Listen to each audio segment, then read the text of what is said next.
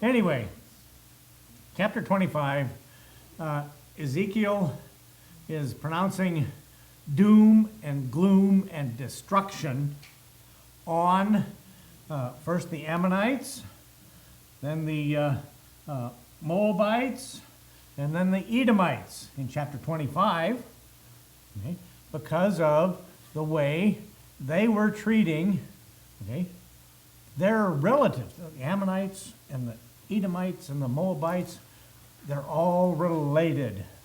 And the Israelites, they're all related. They're all cousins. They're all in this, in the family tree, cousins to some degree. Okay, and but those three nations' treatment of Israel, okay, even though Israel is going through, God's judgment against them for their idolatry, okay, but he's going to, destruction for those three nations because of how they treated Israel during this time. Okay? Nebuchadnezzar's moving in; he's taken over, and they are doing, like I've mentioned before, Osama bin Laden dances, okay, and praising because Israel's getting what they deserve. Okay, that's kind of the idea.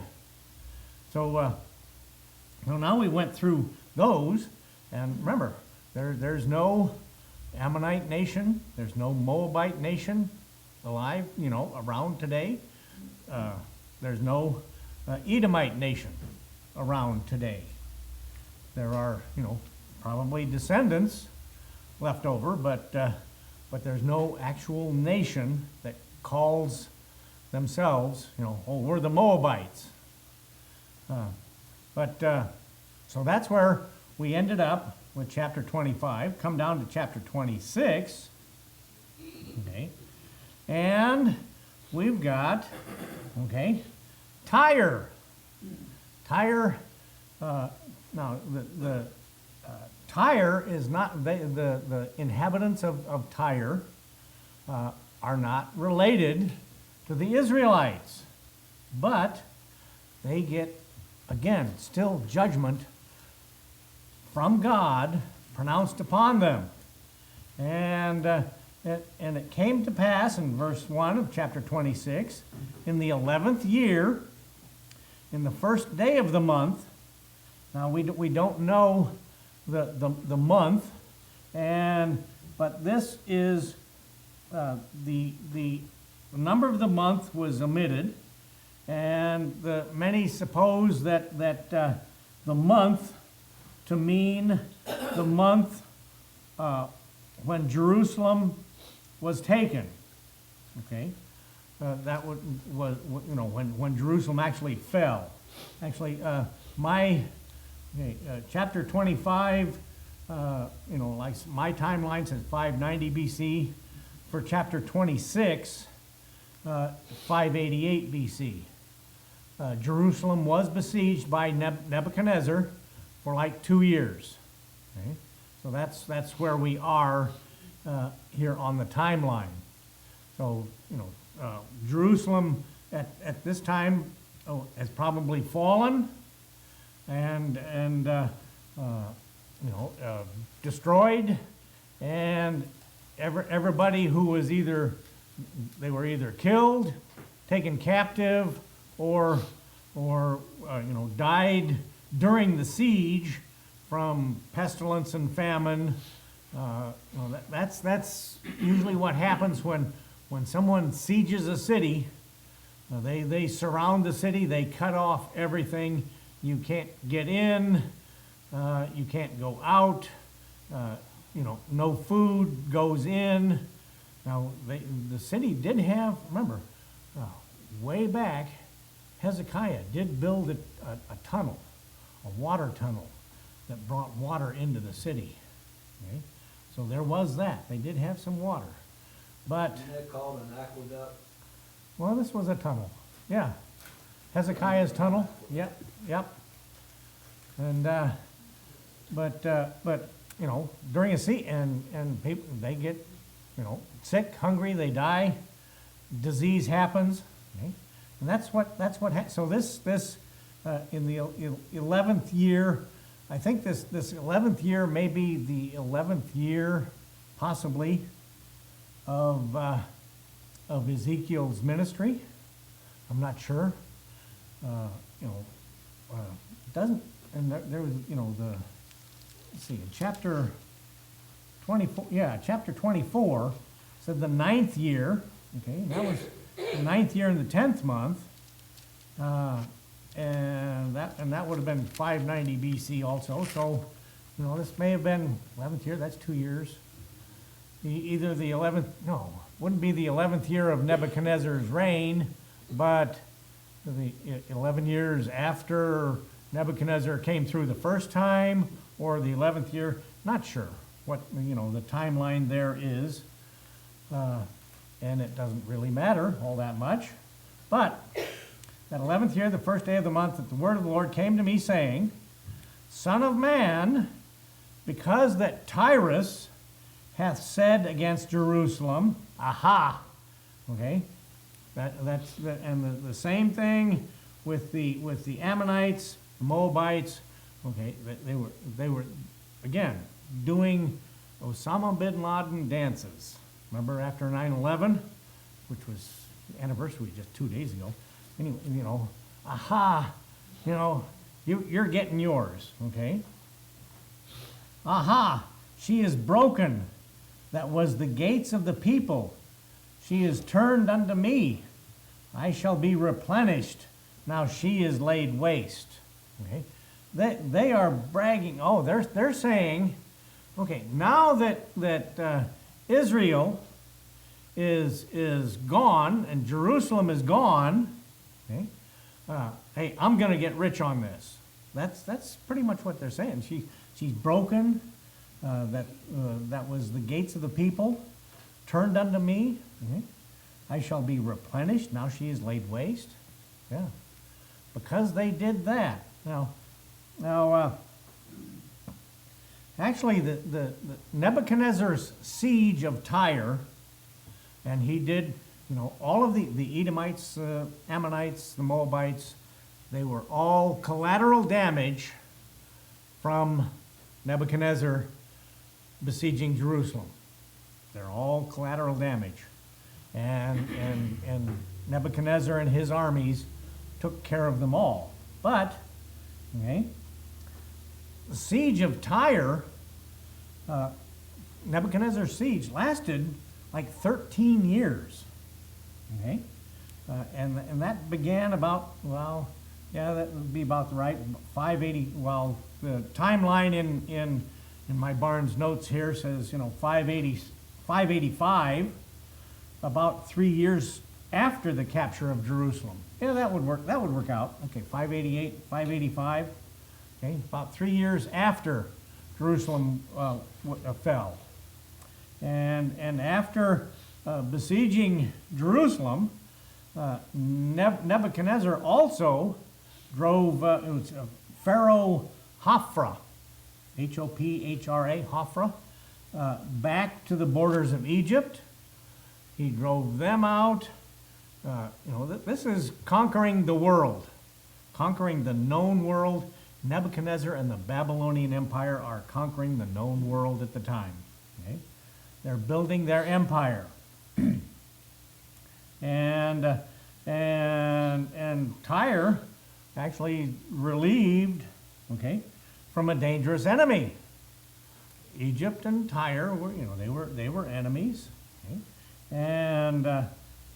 And was again, exulting in her own deliverance. Okay, and yeah, so between rejoicing because Jerusalem's now gone, and now Egypt is out of their hair.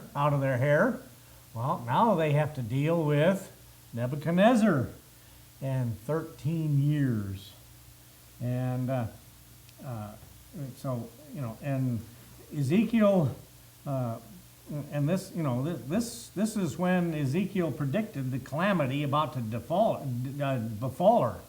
Now, one thing about Tyre, again, in my who's who and where's where in the Bible, it's a neat book.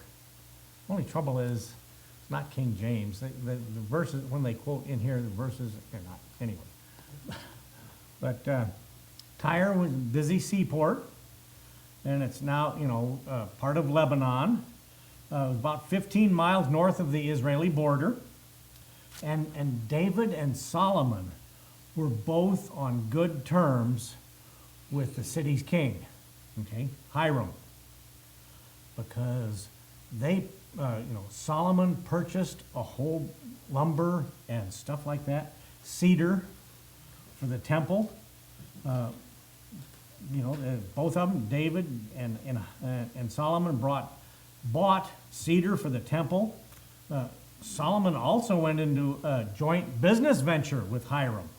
They used to be good partners. The Phoenicians in Tyre were trading people. They would go all over the Mediterranean trading. They were great sailors. Okay?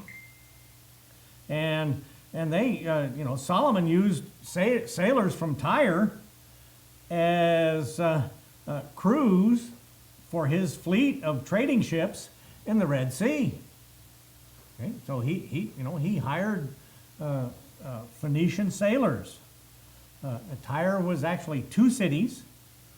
Part of it was on an island about 700 yards offshore. Okay? And then part was onshore. Prophet Ezekiel said that invaders would scrape away its soil and make it bare rock.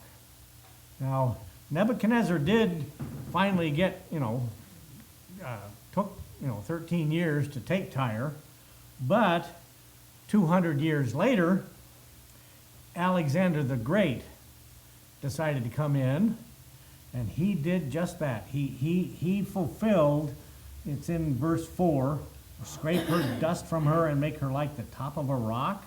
Okay? Scrape away its soil and make it bare rock. Alexander the Great accomplished that. He overran the city, and then used he overran the coastal city, the city on land, and then used the city's debris to build a causeway to the island. Right? Tyre doesn't really exist anymore, except for the archaeologists. They're all there for Tyre. Okay? So, therefore, thus saith the Lord God, behold, I am against thee, O Tyrus, and will cause many nations to come up against thee. Tyre was never actually,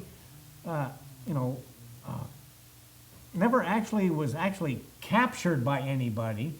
They did continue to be, but they continued to be like tribute cities.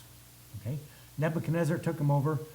Then Tyre, being a trading nation, and Nebuchadnezzar. Hey, here's a seaport. Here's people, sailors, and I can trade with all of the nations in the Mediterranean. Okay, so Tyre would pay protection money to any conquering nation, and they would get along fine. That's how they do it. Pay the protection money. I will cause many nations to come up against thee, as the sea causeth his waves to come up. Okay? They're going to come up, overflow, like tsunamis, all that sort of stuff. And they shall destroy the walls of Tyre, break down his towers. This is where Alexander the Great comes in. I will also scrape her dust from her and make her like the top of a rock. And that's pretty much what Tyre is today, kind of a top of a rock. And it shall be a place for the spreading of nets in the midst of the sea. Well, it's, their trading is going to end, but they will become like a fishing port, if you will. Okay? For I have spoken it, saith the Lord God, and it shall become a spoil to the nations. Okay? So the destruction of Tyre, it's going to take a while, but Tyre does get destroyed. Okay? And her daughters, which are in the field, shall be slain by the sword. Okay? Her children, her daughters, and they shall know that I am the Lord. And all of these, the destruction of these nations, Moabites, Ammonites, Edomites, Tyre, the Phoenicians, the Philistines, they're mentioned back there in chapter 25, the Philistines also. Okay? All of it really ends up with those nations and all of those people. They will know that God is God, that He is the Lord. Okay? Verse 7, for thus saith the Lord God. Oh, I'm in Ezekiel chapter 26. On in verse 7. For thus saith the Lord God, behold, I will bring upon Tyrus Nebuchadnezzar, king of Babylon, a king of kings, from the north, with horses and with chariots and with horsemen and companies and much people. Okay? His entire army, like I said, they're collateral damage in his main goal of getting Jerusalem. He shall slay with the sword thy daughters in the field, and he shall make a fort against thee. He's going to lay siege to Tyre. Of course, again, being a seaport city, they can still, Nebuchadnezzar can't completely surround Tyre. That's why it took him 13 years to do it. Because they can still go out and sail. They can still go out and make money. They can still go out and get food and stuff. So I'll make a fort against thee. Again, this is all the siege towers and stuff like that.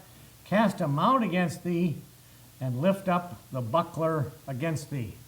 Lift up the sword, the weapons against thee. And he shall set engines of war against thy walls, and with his axes he shall break down thy towers. Okay? And again, 200 years later, Alexander the Great, finishes the deal, if you will. By reason of the abundance of his horses, Nebuchadnezzar's horses, their dust shall cover thee. Thy wall shall shake at the noise of the horsemen. And this is typical siege stuff that they would do. They'd make noise, horses. Make it seem like there's a bigger army. Nebuchadnezzar had a huge army, but made it sound like there was a bigger army. Shake the noise of the horsemen and of the wheels and of the chariots. When he shall enter into thy gates as men enter into a city wherein is made a breach. Okay? And continue with it with this same picture. With the hooves of his horses shall he tread down all thy streets. He shall slay thy people by the sword, and thy strong garrisons shall go down to the ground. And they shall make a spoil of thy riches, and make a prey of thy merchandise. Okay? That's where Tyre, makes their money. That's where they get their riches, is their trading and their merchandise. And they shall break down thy walls and destroy thy pleasant houses, and they shall lay thy stones and thy timber and thy dust in the midst of the water. Okay? And I will cause the noise of thy songs to cease. This is utter destruction. Okay? Remember, there's nothing left of Tyre these days. There's nothing left of the Phoenicians these days. Nothing left of the Ammonites and the Moabites and and the Edomites, and still got some, if you will, Philistines over there. They're calling themselves Palestinians these days, but you've still, so, because, Joshua didn't wipe them out when he moved into the land, but utter destruction of all of these places, all of these nations. And fascinating thing is, as you brought out earlier, that they're related. yeah, That's just crazy. they're all. You think that would make them tend to want to have peace more, but it's worse. It just, yeah, family feuds, Yeah. family drama. Oh, my third cousin so and so. He did something bad to me. He dissed me at my daughter's wedding or something like that. Or he dissed my, something like that. Anything like that. Well, yeah, Hatfields and the McCoys. They were like distant relatives. Yeah, I made that up. I think they were actually. Actually, I think I was right. Huh? Oh, they're fighting over a pig. But yeah, stuff like family drama. Some of these the reality shows on TV these days are full of it. Family drama. 90-day fiance, and they can't get along, and all these. Good grief, these shows. But it's still going on today. How many? Oh, Dear Abby. And there's another advice columnist in the newspapers. There's always something. The wife can't get along with the husband. The husband can't get along with the wife. Oh, my sister's fiance he's just a rotten guy. All that stuff. But that's the same thing. All this drama between families, and they all become enemies, and they're all fighting with each other. But in this case, God is laying it on the line for them. I will make thee like a top of a rock. Thou shalt be a place to spread nets upon. In verse 14, thou shalt be built no more, for I, the Lord, have spoken it, saith the Lord God. And when God speaks it, and you're on the wrong side of God, you can count on it, and it's going to be bad for you.